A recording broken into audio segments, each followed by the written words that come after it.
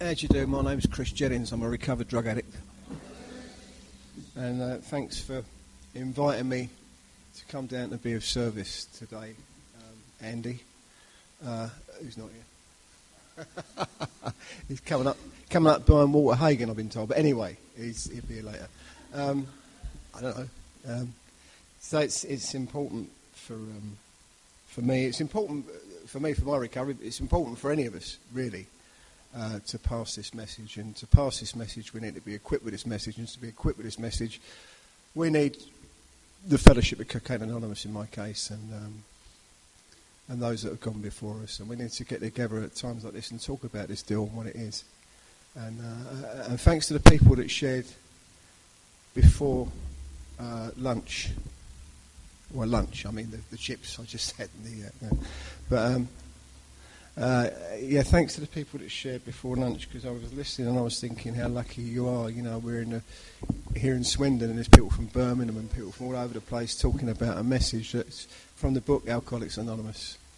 And I live in London, and I'm from London, and it's a big city, and I don't know, those of you who've got experience of being in a big city and looking for fellowship or trying to be part of fellowship, and it can be tricky. It can be tricky.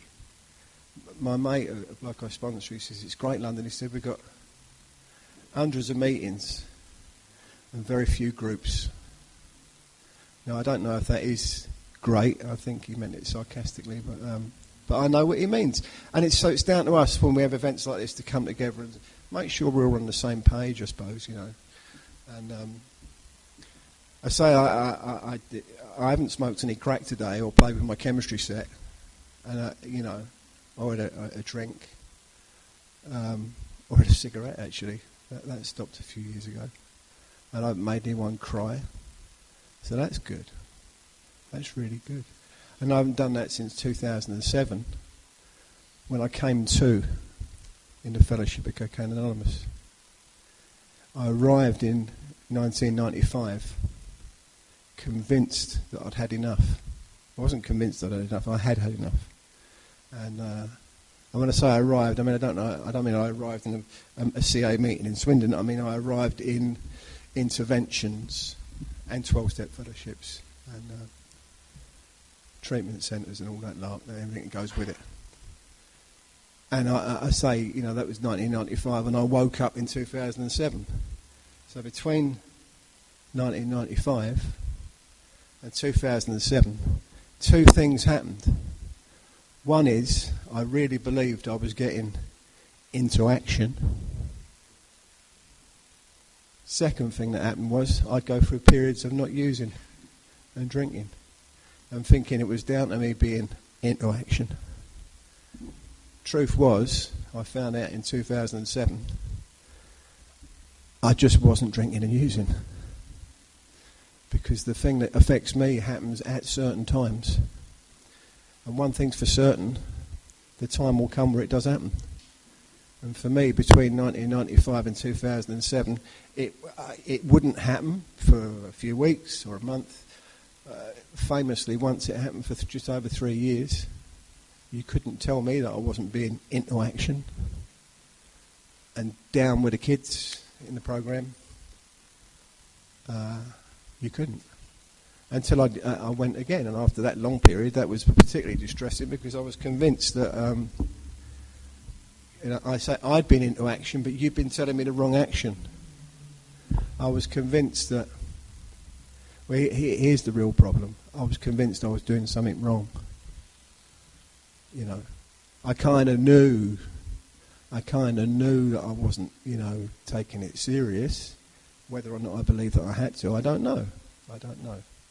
But I do know that I backtracked and looked at all the things that I thought had gone wrong. And I landed in 2007 in a very small group of Cocaine Anonymous in a place called Cheltenham. And I ended up, forgive me, I'm only going to share for 20, 25 minutes, but I will tell you this, what happened. And I make no apology, this is what happened to me. People talk about getting into action and working steps. Well, yeah, you do. And then things happen to you. See, I don't work these steps. They happen to me when I'm positioned in the right place. I came out of my last big intervention treatment centre, and I was in a place called Gloucester, and I was a bit put out because I was 52 years old, and all the other people in the treatment centre were like the cast of Hollyoaks. And well, you know what it's like, you know, knee tremblers behind the fridge and all that, you know. And I was taking it serious because I'd had enough. I'd had enough of them as well, you know, they were driving me mad.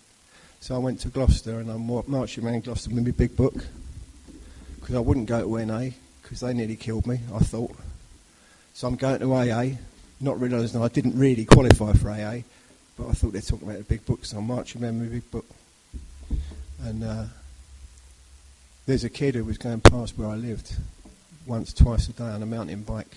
His name was Jamal, Gloucester kid with dreadlocks. He used to make me laugh because I was used to him talking with a Jamaican accent on it. Suddenly I'm meeting this kid with a West Country accent, and I knew what he was doing. He had a bag on his bike, and he was, and I'm saying to him, Jamal, it needn't be like this.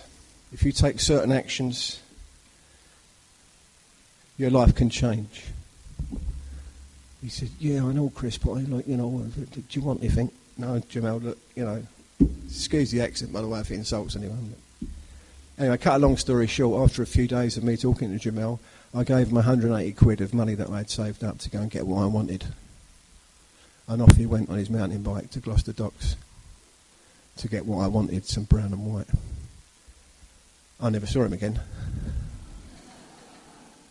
Someone said before the break that if Bill Wilson, you know, was doing this for himself, we wouldn't be here. Well, if Jamal hadn't done that, I might not be here. I don't know. But anyway, I walked back to where I was living, and very down in the dumps, and very down in the dumps, very distraught. Not over the 180 quid, but over the fact that I realised that what a couple of people from Cocaine Anonymous had told me about these actions that I thought I was doing were no more than, you know, me trying to sort of exert a bit of power, really. And the day would come where I'd cave in over some trivial reason. I don't know what the trivial reason was, I just know I caved in. So I realised walking home that it was always going to happen. I didn't know when, but it was always going to happen. And here's the real thing, that when it did happen, there was nothing I could do about it. The good side of that is it's not my fault. The downside is there's nothing I could do about it. And I really thought there must be, because I thought you all knew you were doing something about it. So I'm walking down the road, snot coming out, not very attractive on a bald-headed 52-year-old bloke, snot coming out, I'm crying, you know. And a bloke walks up to me on the pavement who'd been in a service users meeting on London Road in Gloucester, and he was a bloke that I used to terrorise a few years before in London. We used to take his flat over at the weekend, pour vodka down his neck, give him ecstasy tablets, girls sitting on his lap. We'd take his flat over, serve up cocaine and wash up crack, and have working girls in there. And it was him, on the pavement in front of me. And he said, hello, Chris. I thought, God, of all days, not now. Why you? And he said, why are you crying? I said, when am I out? What are you doing here? He said, I had a problem with drink a few years ago. I went for a treatment centre in Swindon, Gloucester House. I said, that's nice. He said, yeah, I haven't drunk for a while now. He said, I'm living in Cheltenham. Do you want to come to a meeting? I said, yes, please. And he took me to a Cocaine Anonymous meeting in Cheltenham. About 5 or 6 people there. And I woke up. Over the next few weeks I woke up. They were talking about ideas, things that I'd never heard of before, about what these actions that I thought were going to meetings, praying right, doing this, that and the other, talking a lot. I'm good at that. They told me that there were some other actions that were contingent on what the folks here were talking about before lunch. Because this is the point, you know. Why is this so important, what they were talking about before lunch? Well, I realised in 2007, going into 2008, that nothing was going to work unless I let go absolutely. I used to think it meant of my crack pipe. It wasn't. It was of my old ideas. And not until I got the information that the folks were talking about this morning from the big book did I realise that it was always going to happen. There was nothing I could do about it. And I had to let go of my old ideas because they weren't ever going to work. So fast forward a few weeks, and I've met an old guy in AA. I said, could you take me for the work? And I was already doing it with him, and he was just pretty pedestrian. How long have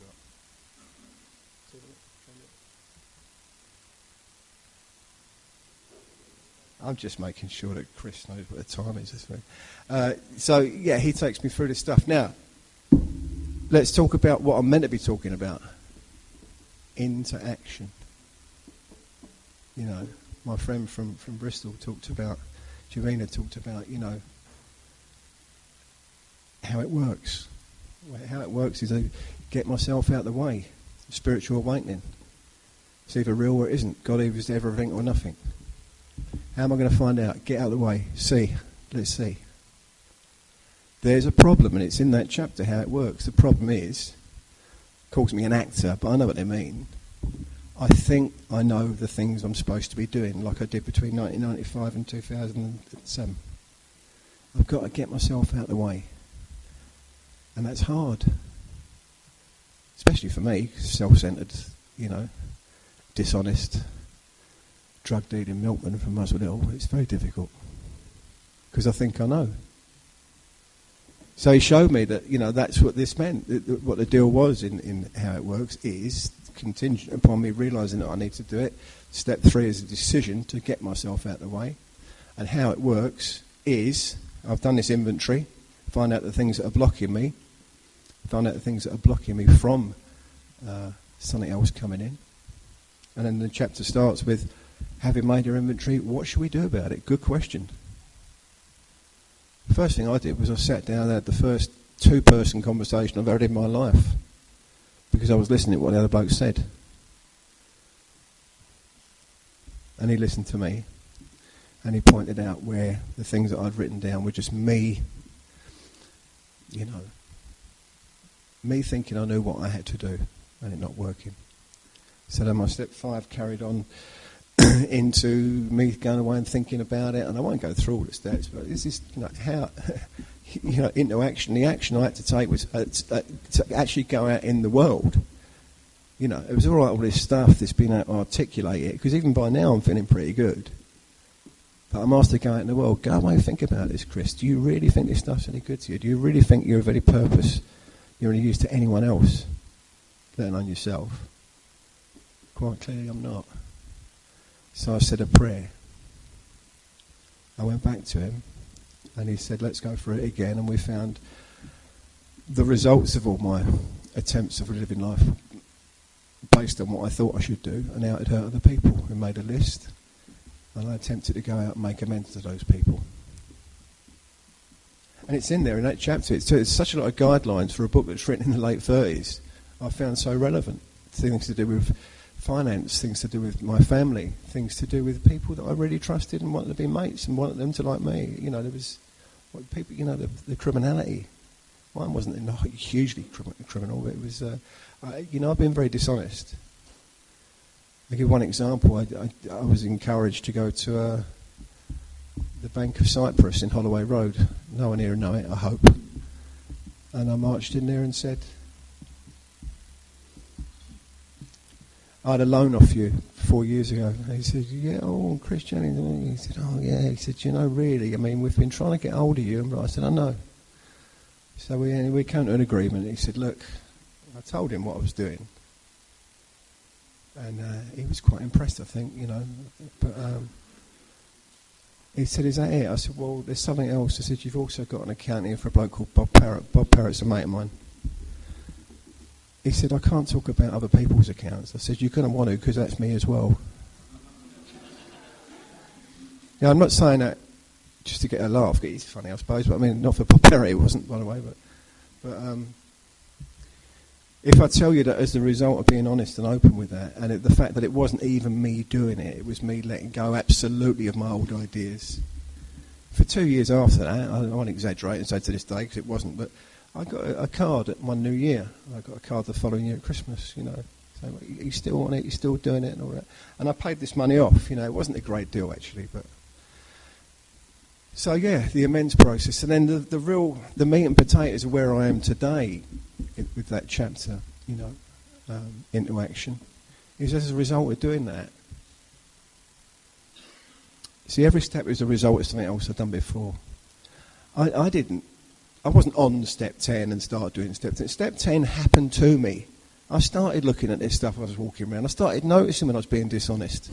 I started noticing when I was being terrified of what you thought of me, so I altered the story, and I started noticing it. I started sharing it with someone, groups of people sometimes, but I started, it happened to me. And as a result of that, I got into step 11. That is, I'm not going to read through it now, because, if you're anything like me, you won't remember half of this anyway today. But, the step 11 stuff, it tells me what to do through the day, in the evening. I wake up and I review my day. Step 11 is a working part of my life now. Not because I'm some spiritual, Ringo Starr or something. Or no, what's the expression? A guru, nothing like that. But just because I wouldn't go without it any more than I'd go without the kind of the love that I get from my family now, and the things that I love doing. It's just a working part of my being. And I say I don't do that. I don't have to look at this. I used to have a little card someone gave me early days, like a postcard.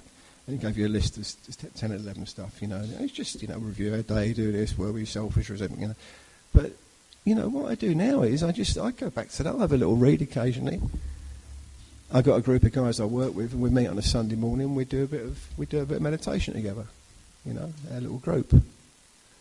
We do that, and if there's anything anyone wants to, that they wish to out, they will. In front of all guys, it's all right. We do a bit of inventory with each other, Now that really, it doesn't sound like a lot, but to me that's getting into action. I was doing things. I wasn't pontificating over spirituality, sitting in meetings telling you what I think, going to other meetings I don't like, telling them where they're wrong. I was actually getting into action because I realised that was what I could do. It wasn't what I thought. It wasn't what I could criticise about you or anyone else. It's what I did. I learnt that this is an old cliche, but it's true. I learnt that the world judges me on what I do, not what I think. The next chapter is devoted entirely to working with others. Thank you very much.